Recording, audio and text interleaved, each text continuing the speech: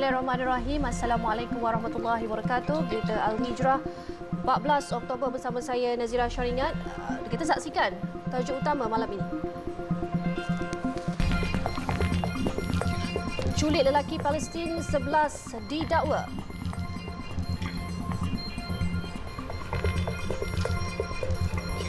Juga suspek samun bersenjata ditahan.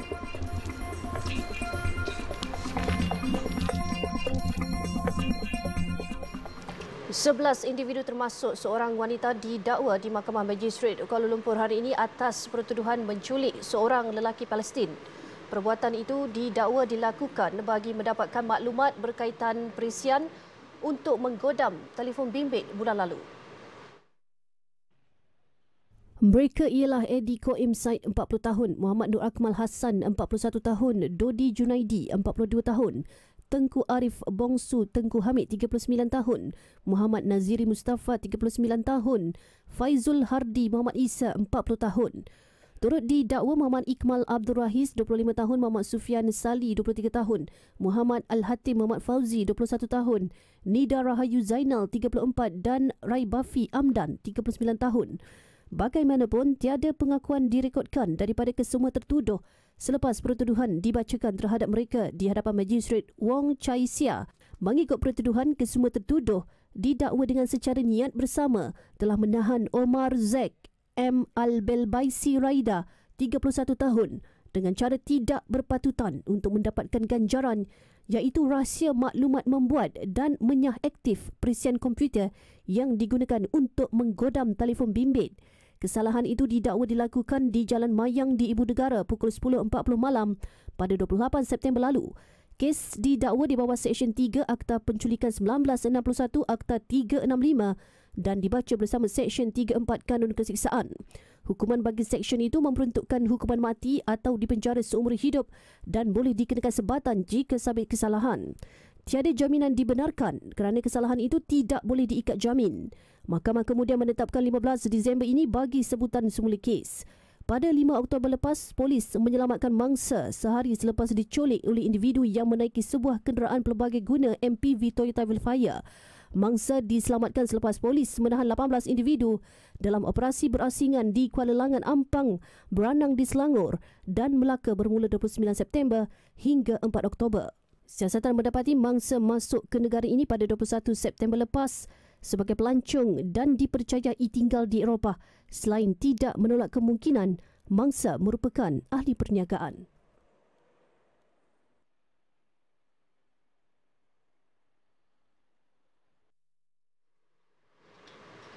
Polis berjaya menahan seorang lelaki yang melarikan diri selepas dipercayai melakukan samun bersenjata ke atas seorang wanita di Bandar Kuala Kangsar semalam. Lelaki itu ditahan sepasukan anggota Ibu Pejabat Polis Daerah Kuala Kangsar di sekitar bandar itu pada 7.30 pagi tadi. Ketua Polis Daerah Kuala Kangsar ACP Umar Bahtiar Yaakob berkata, hasil penahanan polis menjumpai sejumlah barangan yang mempunyai kaitan dengan kes samun bersenjata itu. Suspek juga didapati menggunakan motosikal bernombor pendaftaran palsu.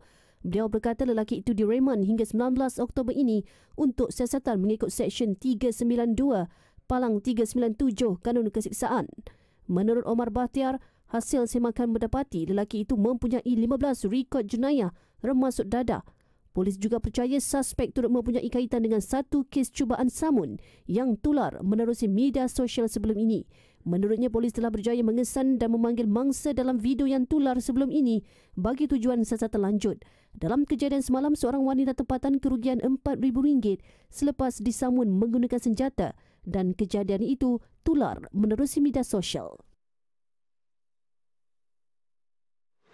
Kerajaan Persekutuan menyokong usaha Kerajaan Negeri Melaka untuk meneruskan panel solar terapung di loji rawatan air jus fasa 2 di Empangan Jus Melaka bagi mencapai negara sifar karbon menjelang tahun 2050.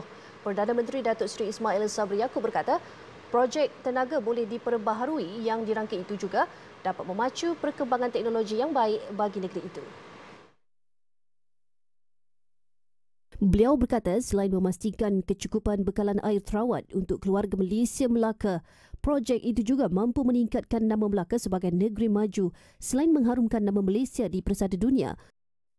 Ia akan mengkaji kebolehaksanaan pemasangan panel solar terapung atas permukaan air ataupun floating solar dengan kapasiti 150 megawatt di empangan durian tunggal bagi menjana bekalan elektrik kepada SAMB. Kerajaan pusat turut menyokong usaha SAMB untuk meneruskan pelaksanaan panel solar terapung. Beliau berkata demikian dalam ucapannya pada Majlis Perasmian Loji Rawatan Air Kompak Cincin 3 Jasin hari ini. Mengulas lanjut, Perdana Menteri berkata loji berkenaan akan memberi manfaat kepada lebih 100,000 keluarga Malaysia Melaka khususnya di daerah Jasin dan Merlimau. Tambahnya, projek pembinaan takungan air pinggiran Sungai Taps di Melaka oleh Kerajaan Persekutuan juga akan menyelesaikan isu sumber air mentah yang terhad dengan meneroka sumber air mentah baharu yang terdapat di negeri ini. Dia berkata langkah itu bertujuan mengurangkan kebergantungan Melaka terhadap bekalan air mentah dari negeri-negeri lain seperti Johor dan Negeri Sembilan.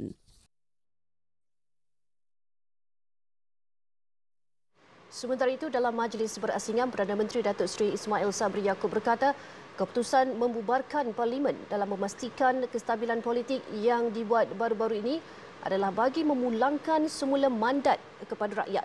Ini kerana mandat rakyat merupakan senjata paling ampuh bagi mewujudkan kerajaan yang stabil dan dihormati selepas pilihan raya umum ke-15 nanti. Mandat rakyat adalah penawar ampuh bagi menzahirkan kestabilan politik dan mewujudkan kerajaan yang teguh, stabil serta dihormati selepas PRU 15. Kita memerlukan kerajaan yang harmoni dan bersatu hati bagi menghadapi cabaran ini. Beliau berkata demikian ketika berucap merasmikan Jelajah Aspirasi Keluarga Malaysia JAKM di Pusat Dagangan Antarabangsa Melaka MITC Aikroh petang tadi. Dalam pada itu, Perdana Menteri turut menyangkal dakwaan pembangkang yang sering mendakwa Malaysia bukan lagi destinasi pelaburan asing. Ujarnya kerajaan juga sentiasa memantau kesan inflasi kepada harga barangan asas hingga berjaya mengawalnya ke tahap lebih rendah berbanding negara serantau. Malah Malaysia juga telah diiktiraf sebagai negara ke-18 paling aman di dunia daripada 163 negara dan kedua di Asia berdasarkan Indeks Keamanan Global GPI 2022. Dalam pada itu, Datuk Seri Ismail Sabri berkata pilihan raya umum ke-15 akan tetap diteruskan walaupun terdapat beberapa negeri yang enggan membubarkan Dewan Undangan Negeri DUN.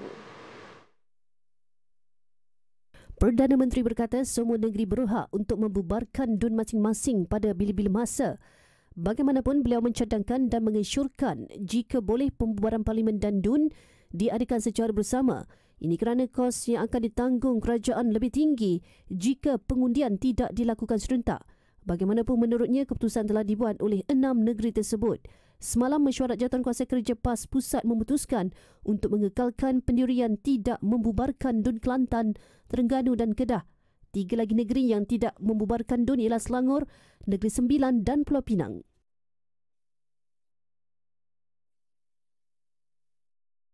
Baik, tindakan beberapa kerajaan negeri untuk tidak membubarkan Dewan Undangan Negeri DUN mendapat pelbagai reaksi. Jadi, bagi mendapat maklumat yang lebih jelas di talian Skype sekarang, kita bersama penganalisis politik Profesor Madya Dr. Awang Azman Awang Pawi. Assalamualaikum, Doktor. Waalaikumsalam. Assalamualaikum. Baik, Doktor. Beberapa buah negeri telah mengumumkan untuk tidak membubarkan DUN. Jadi, apa implikasinya, Doktor?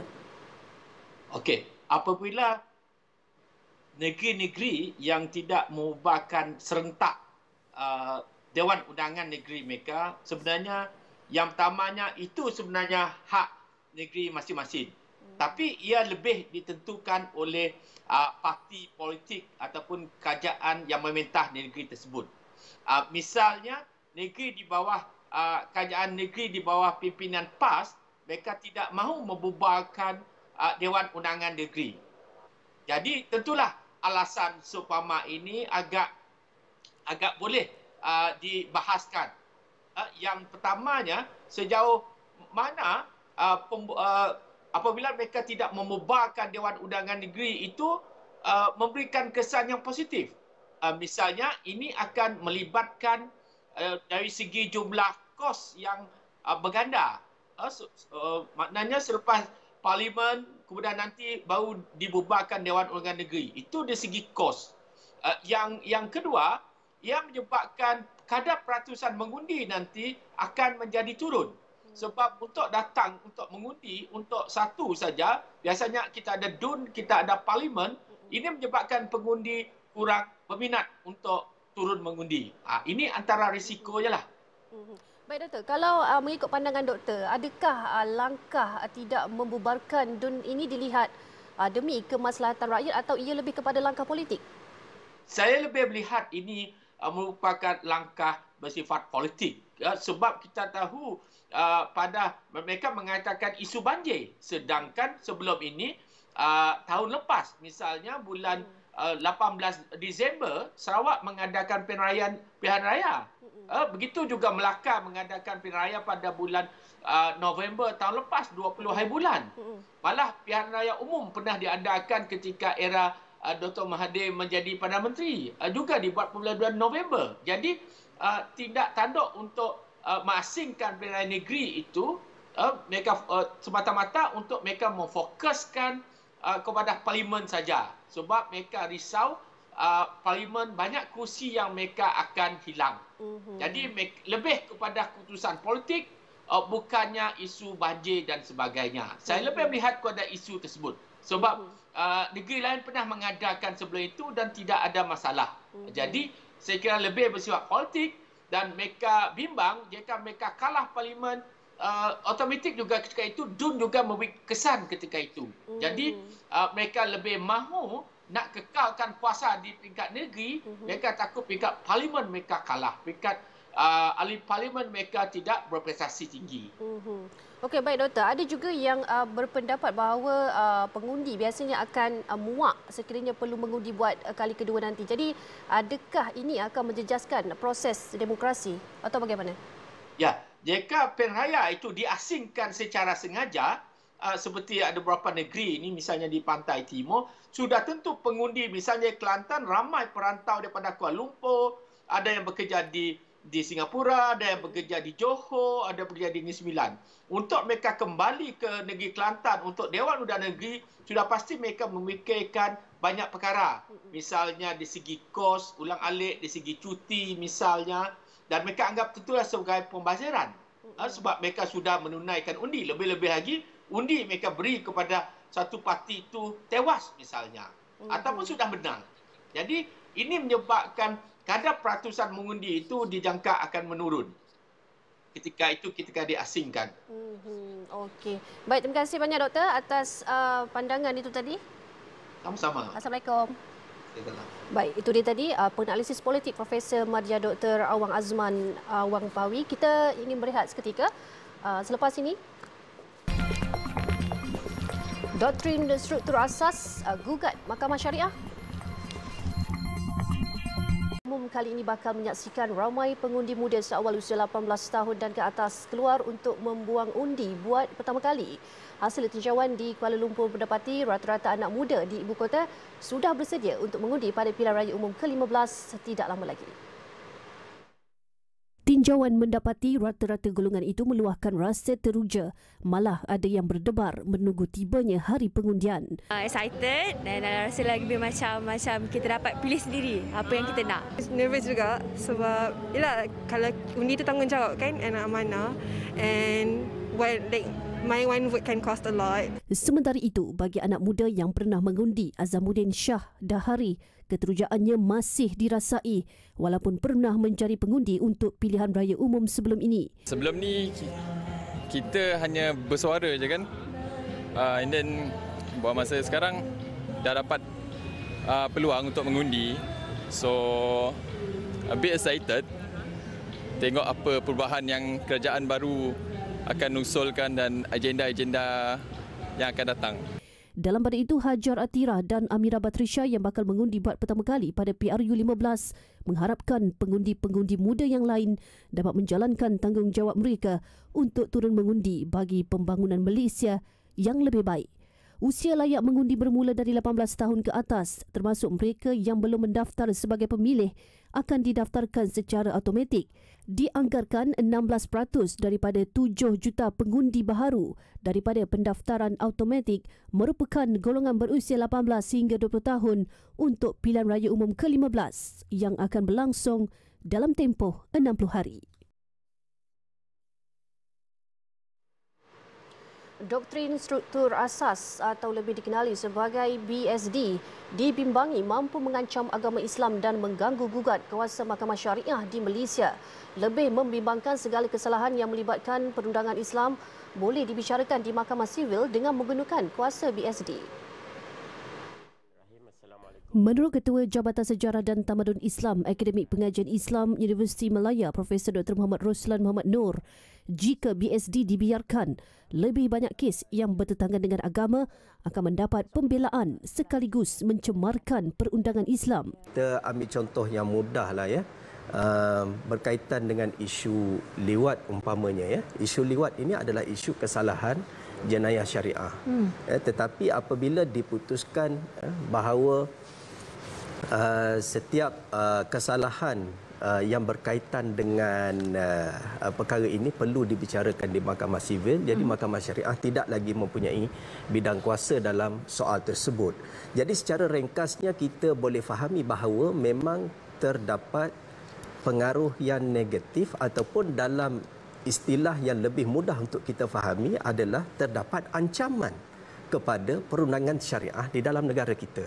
Jelasnya, sekiranya penggunaan BSD ini tetap diteruskan di dalam negara pada masa hadapan, ia pastinya akan menimbulkan pelbagai kebimbangan masyarakat Islam, terutama bagi isu yang melibatkan jenayah syariah seperti LGBT dan sebagainya. Dalam pada itu, Presiden Persatuan Peguam-Peguam Muslim Malaysia, Datuk Zainul Rijal Abu Bakar, turut mempunyai pandangan sama. Tambah Datuk Zainul, dengan pelaksanaan BSD ini, ia hanya menjadikan undang-undang Islam berada di kelas kedua kerana setiap keputusan yang diputuskan oleh Mahkamah Syariah boleh dicabar di Mahkamah Sivil. Ini yang kita khawatir dan kita bimbang sekiranya ia masih lagi berleluasa dan sebagainya, maka akhirnya nanti mungkin saya katakan kalau seorang sepasang suami isteri, bekas suami isteri itu pergi ke Mahkamah Syariah menuntut hak jagaan anak contohnya. Tetapi Mahkamah Syariah memberikan hak jagaan tersebut kepada ibu. Bapa tak puas hati, dia pergi ke Mahkamah Sivil, dia kata saya mempunyai hak yang sama berdasarkan Undang-Undang Sivil dan Mahkamah Sivil mempunyai kuasa sedia ada berdasarkan BSD ini untuk mencampuri urusan ataupun perintah yang diberikan oleh Mahkamah Syariah. Tambahnya, implikasi pelaksanaan BSD ini mungkin dapat dilihat dalam jangka pendek sekiranya ia tidak dibantah di semua peringkat. Lebih-lebih lagi, tiada hitam putih skop lengkap asas BSD yang ditetapkan, sebaliknya hanya bergantung kepada pendirian serta kecenderungan hakim semata-mata. Sehubungan itu, pelaksanaan BSD perlu ditolak demi kemaslahatan undang-undang Islam di Malaysia. Kajian dan ketetapan yang menyeluruh perlu dilaksanakan sekiranya mahu meneruskan pelaksanaan BSD di Mahkamah Sivil Malaysia. Terdahulu, media melaporkan ramai pihak menyeru untuk membantah serta menolak pelaksanaan BSD. Ia susulan kes yang dibicarakan pada 2018 lepas, iaitu kes Indira Gandhi di Mahkamah Persekutuan yang menentukan bahawa Mahkamah Sivil mengatasi Mahkamah Syariah walaupun terdapat perkara 121/1A. Bagi memberi panduan kepada orang kurang upaya OKU melaksanakan ibadah fardu ain seharian dengan sempurna, Jabatan Agama Islam Perak mengeluarkan buku kurikulum standard asas pengajian Islam khusus untuk golongan itu. Buku panduan khusus untuk OKU Perak dan OKU Pekak dan Bisu setebal 21 muka surat itu dilancarkan Sultan Perak Sultan Nazrin Shah hari ini.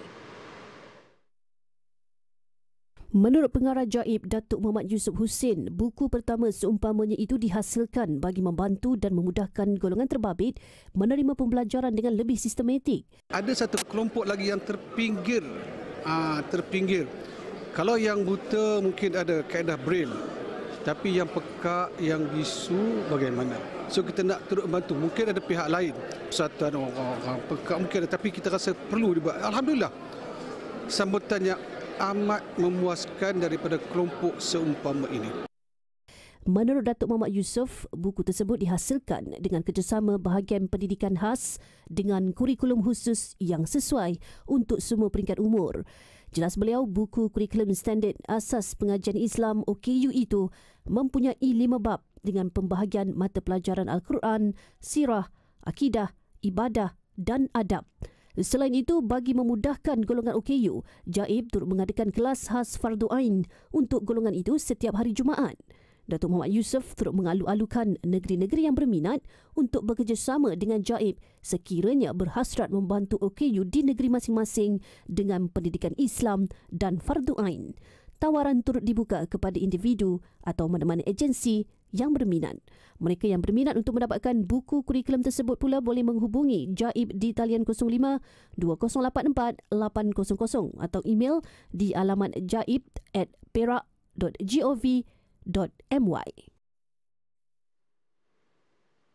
Kolej Universiti Islam Antarabangsa Selangor kuis dinaik taraf kepada universiti penuh bermula hari ini. Selaras dengan langkah berkenaan, institusi pendidikan yang ditubuhkan pada 1995 itu kini dikenal sebagai Universiti Islam Antarabangsa Selangor UIS.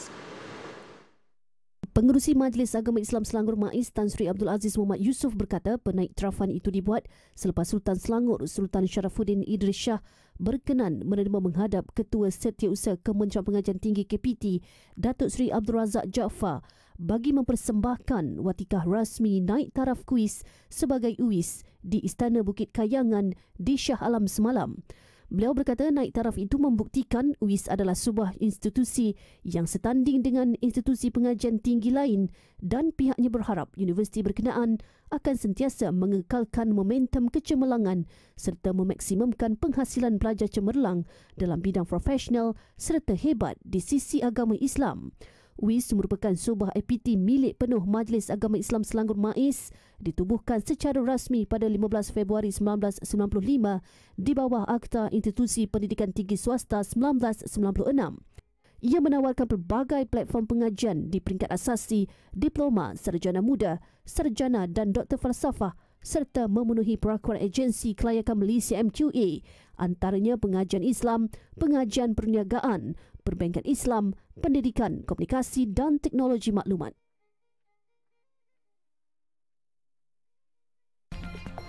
Dua lagi rakyat Palestin terbunuh.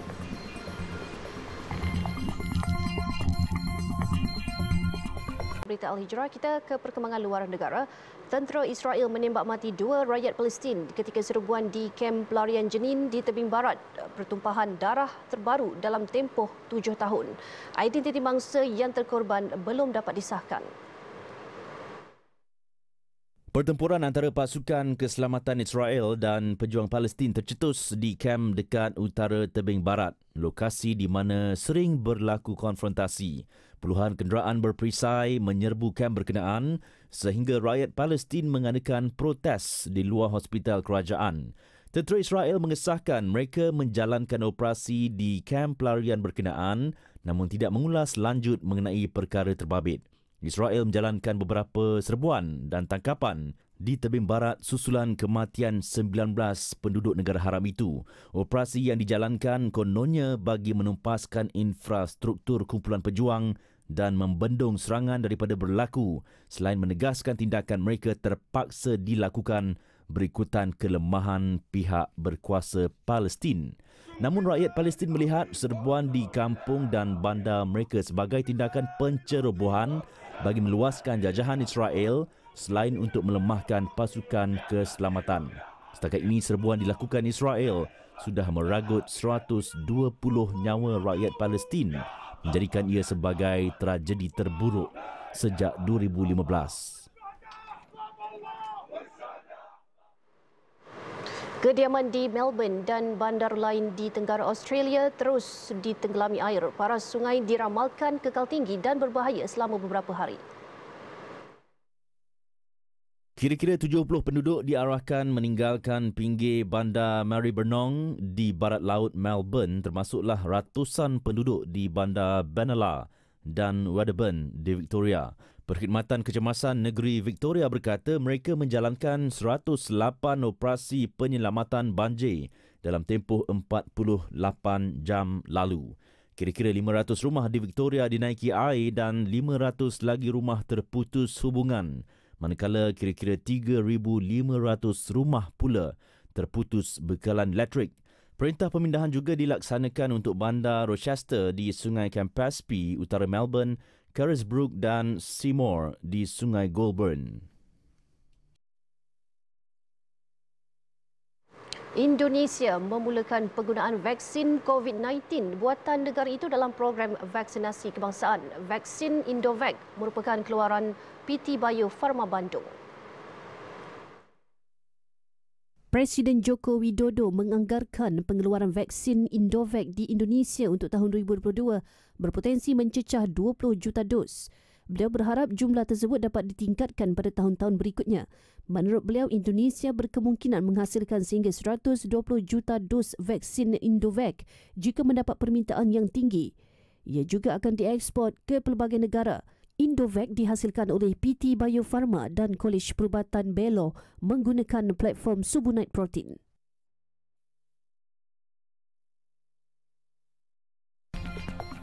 Projek Battersea Power Station jadi realiti. Bertemu kembali. Projek hartanah ikonik pelaburan Malaysia Battersea Power Station BPS secara rasminya dibuka kepada umum hari ini. Setelah hampir 4 dekad ditutup, mercu tanda terkemuka di London itu kembali bernafas sekaligus mengembalikan kegemilangannya. Berkeluasan 16.99 hektar, Battersea Power Station yang pernah menjadi stesen janakuasa Arang Batu suatu ketika dahulu kini bersedia untuk menjadi salah satu destinasi beli belah dan riadah serta kediaman mewah paling menarik di London. Projek hartanah berprofil tinggi itu membabitkan usaha sama antara Sime Derby Property, SP Setia Berhad, Kumpulan Wang Simpanan Pekerja KWSP dan Permodalan Nasional Berhad PNB. Kerja-kerja pembinaan dan restorasi semula tapak bersejarah itu bermula sejak 2013 setelah ia diambil alih pada 2012 dengan nilai pembangunan kasar sebanyak 9 bilion pound bersamaan 51.53 bilion ringgit. Kini ia menempatkan 250 buah kedai, kafe dan restoran dengan keseluruhan tapak komersial seluas 270,000 meter persegi. Gergasi teknologi Apple antara syarikat yang bakal menempatkan premisnya di Battersea Power Station seawal 2023. Majlis perasmian projek hartanah itu dirasmikan Yang di-Pertuan Agong Al Sultan Abdullah Riayatuddin Al Mustafa Billah Shah semalam. Dianggarkan 23,000 individu akan menetap atau bekerja di stesen janakuasa berkenaan. Baik, dengan itu sekian berita Al-Hijrah. Jangan lupa ikuti kami di platform media-media sosial seperti Facebook, Instagram, Twitter, YouTube dan TikTok. Dan layari alhijrahnews.com untuk lagi berita-berita pilihan dan eksklusif. Saya Nazira Syaringat. Assalamualaikum dan selamat malam.